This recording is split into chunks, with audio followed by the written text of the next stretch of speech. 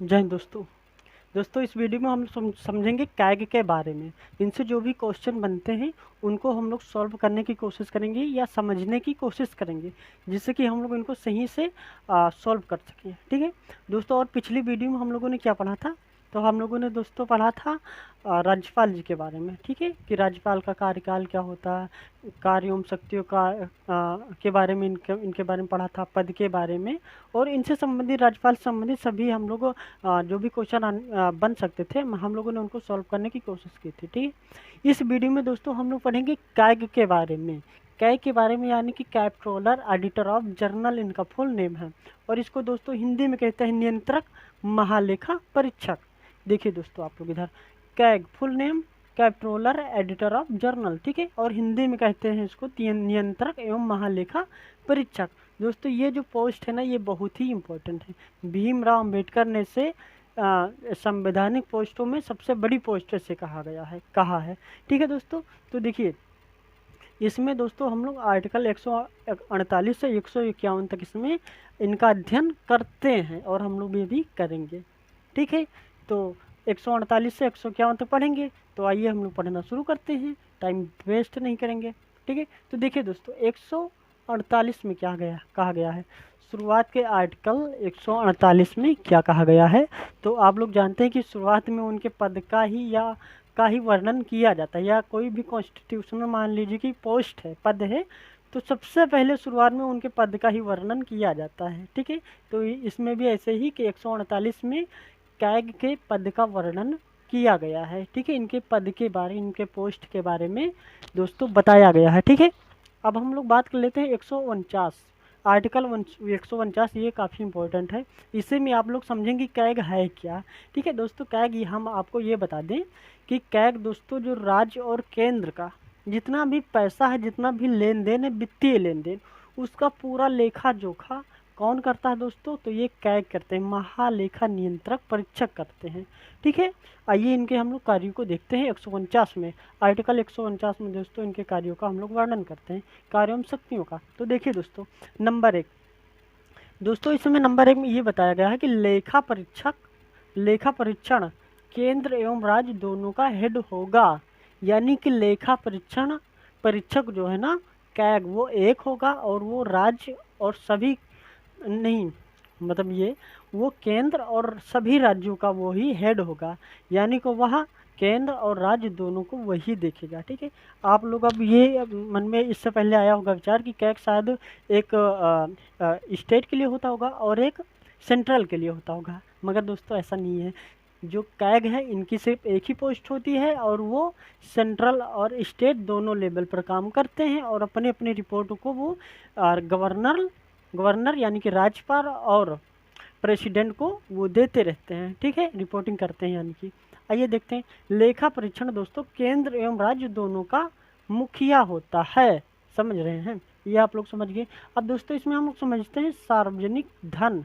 अब आप लोग समझेंगे कि क्यों होता है, अभी तक तो समझा है बट आप इसमें फिर से देखिए कि देखिए दोस्तों सार्वजनिक धन यानी कि जो हम लोगों का टैक्स है, जो हम लोगों का टैक्स, जनता का जो टैक्स कलेक्ट होने के बाद सरकार के पास पहुंचता है, तो उसका, उसी धन का दोस्तों, या लोक वित्त, उसको कहते हैं लोक वित्त। ठीक है, का संरक्षक होगा। यानी कि जितना भी पैसा है सरकार के पास, सेंट्रल हो या स्टेट गवर्नमेंट हो, जितना भी वित्त, लोक वित्त है, उसका जो संरक्षक है, उसका जो प्रोटेक्टर है, तो दोस्तों कौन होगा? कैग होंगे हमारे। कौन होगा दोस्तों? हमारी ये CAG जी होंगे, कैग। ठीक है, ये होंगे। और इसमें दोस्तों नंबर 3 पर हम लोग बात कर लेते हैं कि संचित निधि आकस्मिक निधि धन के व्यय का जांच करेंगे, इसका परीक्षण करेंगे। आप सुनिए दोस्तों, संचित निधि वो चाहे राज्य की हो या चाहे सेंट्रल गवर्नमेंट की हो। और उसके बाद में दोस्तों आकस्मिक निधि वो चाहे सेंट्रल को हो या स्टेट की हो, उसके सभी व्यय का, यानी कि सभी धन, जो भी धन है उसके व्यय का जांच या परीक्षण कौन करेगा दोस्तों? तो कैग जी हमारे करेंगे। ठीक है, आप लोग समझ गए। तो इसमें कैग के बारे में वर्णन किया गया। संचित निधि, आकस्मिक निधि, धन के व्यय का जांच कौन करेगा या परीक्षण कौन करेगा दोस्तों? तो हमारे कैग जी करेंगे। ठीक है। इसके बाद में दोस्तों बताया गया है लोक लेखा समिति के, दोस्तों उनको लोक लेखा समिति के मार्गदर्शक कहा गया है। किसको? कैग को। लोक लेखा समिति के मार्गदर्शक कौन है? तो कैग हैं। आँख, कान इत्यादि इनको हम लोग कह सकते हैं। आँख, कान या आदि हम लोग इनको कहते हैं। किसको कहते हैं दोस्तों? कैग को। लोक लेखा समिति के मार्गदर्शक या आँख, कान हम लोग इनको कहते हैं। ठीक है। और दोस्तों भीमराव अम्बेडकर जी ने सबसे महत्वपूर्ण कोई अधिकारी पद संविधान में है तो उसको कैग ही कहा गया है। यानी कि सबसे महत्वपूर्ण अधिकारी पद यदि कोई संविधान में है तो वो कैग का है। किसने कहा दोस्तों? डॉक्टर भीमराव अम्बेडकर जी ने कहा है।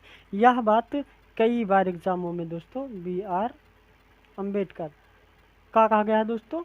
सबसे महत्वपूर्ण यदि अधिकारी पद है संविधान में तो वो कैग का है। ये किसने कहा है? तो हमारे भीमराव अम्बेडकर जी ने कहा है। ये क्वेश्चन कई बार एग्जामों में दोस्तों पूछा गया है और पूछा जा भी सकता है। ठीक है। तो आप लोग इसको याद कर लेना कि सबसे महत्वपूर्ण अधिकारी पद यदि संविधान में है कोई तो वो कैग का है। और हो भी क्यों ना, आप लोग जानते हैं कि जितने भी देश में जितना भी पैसा है हम लोगों का लोक वित्त है। ठीक है। हमारे टैक्स से जो भी पैसा कलेक्ट होता है उसकी निगरानी कौन करता है? कैग करता है। उसके लेन देन का जो भी विवरण है वो किसके पास होता है? तो वो कैग के पास होता है। तो इसीलिए यह सबसे महत्वपूर्ण पद कहा गया है। किसने कहा है? हमारे भीमराव अम्बेडकर जी ने कहा है इससे। ठीक है। अब दोस्तों हम लोग इनकी बात कर लेते हैं कि ये जो कैग हैं, कैग मान लीजिए कि स्टेट लेवल पर है, सेंट्रल लेवल, दोनों लेवल पर एक ही कैग काम करते हैं। ठीक है। एक ही अधिकारी होते हैं जो काम करते हैं। तो वो जब अपनी रिपोर्टिंग सारा लेखा जोखा का जब विवरण तैयार कर लेते हैं तो वो रिपोर्ट किसे करते हैं? ठीक है। ये आपके मन में विचार आया होगा। तो दोस्तों देखिए रिपोर्टिंग में सेंट्रल लेवल पर,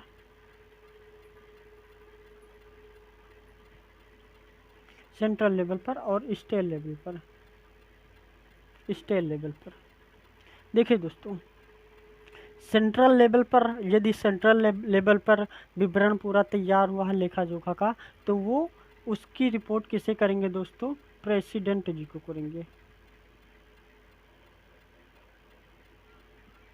प्रेसिडेंट जी को वह रिपोर्ट भेजेंगे। ठीक है। यानी कि वह डायरेक्ट किससे करेंगे? सेंट्रल लेवल पर प्रेसिडेंट को अपनी रिपोर्ट करेंगे। ठीक है। और यदि स्टेट लेवल पर वह पूरा विवरण लेखा जोखा का तैयार किए हैं किसी राज्य का तो वो किसे देंगे? उस राज्य के राज्यपाल को देंगे। यानी कि राज्यपाल यानी कि गवर्नर आप मान लीजिए, ये राज्यपाल को अपनी रिपोर्टिंग स्टेट लेवल पर अपनी रिपोर्टिंग राज्यपाल को करते हैं और सेंट्रल लेवल पर दोस्तों वो अपनी रिपोर्टिंग प्रेसिडेंट जी को करते हैं।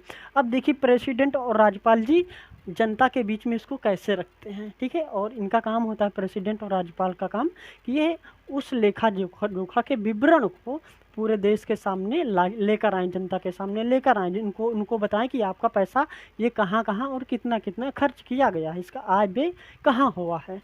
ठीक है। तो देखिए जो प्रेसिडेंट जी हैं यह उसका विवरण कहाँ पेश करते हैं? लोकसभा में और राज्यसभा में उसका पेश करते हैं। लोकसभा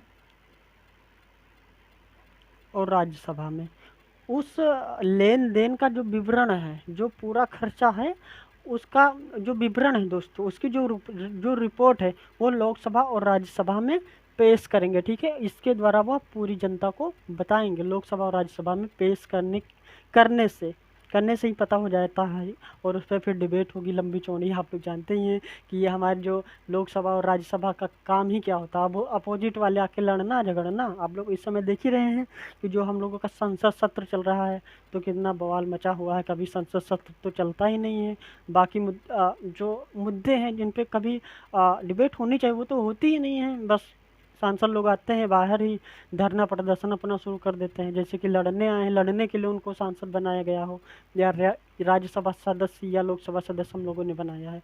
और अब क्या करें, यही अब हम लोगों के देश का दुर्भाग्य है कि कभी संसद सत्र सही से चल ही नहीं पाता है। फालतू में ही उस पर मतलब लड़ाई झगड़ा कंट्रोवर्सी होने लगती है, अलग मुद्दों पर वो लोग चले जाते हैं विपक्ष वाले। और फिर देखिए, चलिए खैर उस वो सब छोड़िए, अपने मुद्दे पर आते हैं। तो स्टेट लेवल पर कैग अपना स्टेट लेवल का विवरण यानी कि लेखा जोखा आय व्यय का जो भी एक रिपोर्ट जो जो तैयार किया है, किसने? कैग ने। तो वह किसको देगा दोस्तों? राज्यपाल को अपनी रिपोर्ट सौंपेगा। और जो राज्यपाल हैं वो कहाँ देंगे दोस्तों? विधानसभा। विधानसभा एंड विधान परिषद। ठीक है दोस्तों, वह राज्यपाल जिसे कहाँ पेश करेंगे? विधानसभा और विधान परिषद में पेश करेंगे, जिसके द्वारा अपने पूरे राज्य की जनता को बताएंगे कि हाँ, जितना भी पैसा है, जो भी पैसा था, उसका कहाँ यूटिलाइज किया गया है। ठीक है, उसका उपयोग कहाँ और कैसे कैसे किया गया है। ठीक है, मतलब उसका एक एक पैसों का आपका विवरण देंगे। ठीक है, तो ये हो गई दोस्तों रिपोर्टिंग की बात। सेंट्रल लेवल प्रेसिडेंट को, स्टेट लेवल पर राज्यपाल को, और फिर प्रेसिडेंट लोकसभा राज्यसभा में पेश करेंगे और राज्यपाल जी विधानसभा और विधान परिषद में पेश करेंगे, जिसके द्वारा पूरी जनता को इसके बारे में पता चलता है। ठीक है, अब दोस्तों हम लोग बात कर लेते हैं पद के त्याग के बाद इनका जो पद है, इनका शपथ कौन दिलाएगा, और इन सब के बारे में दोस्तों हम लोग बातें करेंगे। कार्यकाल क्या होगा इनका, नियुक्ति कैसे होगी, शपथ कैसे होगी, इसके बारे में हम लोग दोस्तों बात करेंगे। तो आइए देखते हैं।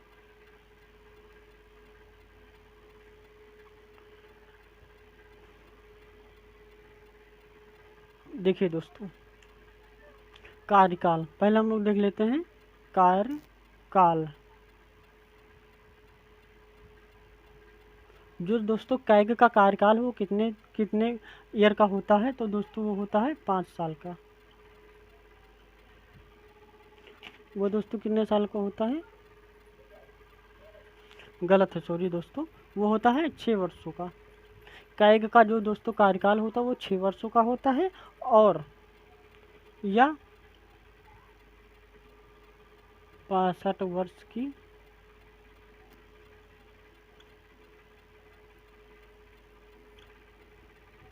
आयु तक।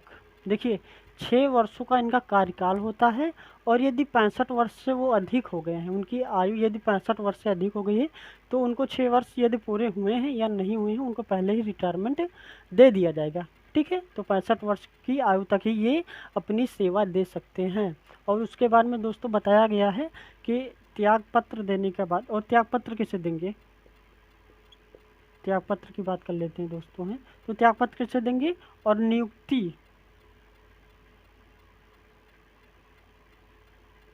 नियुक्ति कौन करेगा? शपथ कौन दिलाएगा? ये सब बातें हम लोग दोस्तों कर लेते हैं। तो देखिए, ये सब कौन करेगा दोस्तों? हमारे प्रेसिडेंट जी करते हैं। ठीक है, ये सब कौन करेगा? त्यागपत्र किसे देंगे? कैग, तो वो प्रेसिडेंट को देंगे। नियुक्ति कौन करेगा? प्रेसिडेंट करेगा। शपथ कौन दिलाएगा दोस्तों?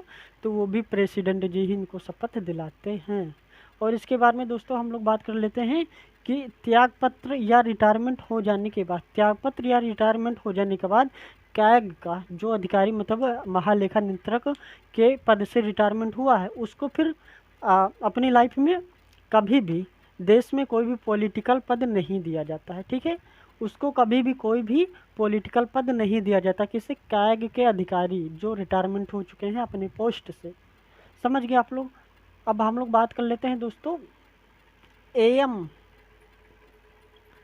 की, यानी कि दोस्तों जो ये अभी तक हम लोगों ने तो लगभग सब कुछ पढ़ लिया है और इससे सब कुछ क्लियर है, बट एक बार मैं और इसमें से क्लियर कर दूं कि इनका जो कैग का जो पद है ये बनाने का उद्देश्य क्या था दोस्तों।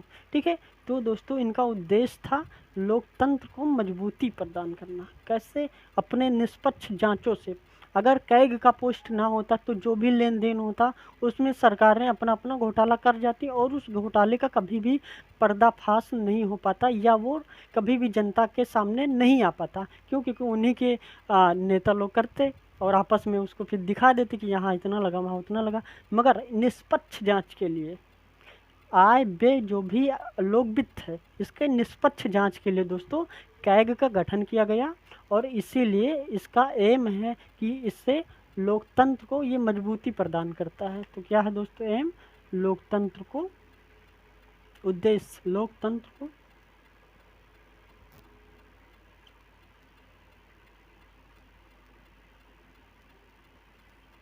मजबूती प्रदान करना। हाँ, ठीक है। इसका उद्देश्य दोस्तों क्या है, कैग का पोस्ट बनाने के लिए इसका उद्देश्य क्या है, लोकतंत्र को मजबूती प्रदान करना। ठीक है दोस्तों, यदि ये ना होता तो बहुत सारे घोटाले हो जाते, सरकार कर लेती स्टेट लेवल पर भी और सेंट्रल लेवल पर भी, और इसको क्या था दोस्तों कि जनता को पता भी ना चलता इन घोटालों का। तो इससे क्या हो दोस्तों कि ये जो कैग है ये अपना अपना रिपोर्ट वगैरह तैयार करते हैं और ये बताते हैं यहाँ पैसा यहाँ लगा, वहाँ पैसा वहाँ लगा, इतना। तो इससे यूटिलाइज होने का पता चलता है कि कहाँ कहाँ कितने कितने पैसों का उपयोग किया गया, और इसके बाद में घोटाला वगैरह इससे पता चल जाता है इनकी रिपोर्ट से। ठीक है, तो इसमें हमने कैग के बारे में लगभग जो भी क्वेश्चन पूछे जा सकते थे मैंने उसको कवर कर लिया, हम समझने की कोशिश की। ठीक है, और यदि आपको कुछ ना समझ में आया हो तो आप हमें कमेंट सेक्शन में लिख के बता सकते हैं। ठीक है, और ये वीडियो आप लोगों को कैसा लगा ये भी बताएं, और मिलते हैं नेक्स्ट वीडियो में। तब तक के लिए दोस्तों जय हिंद,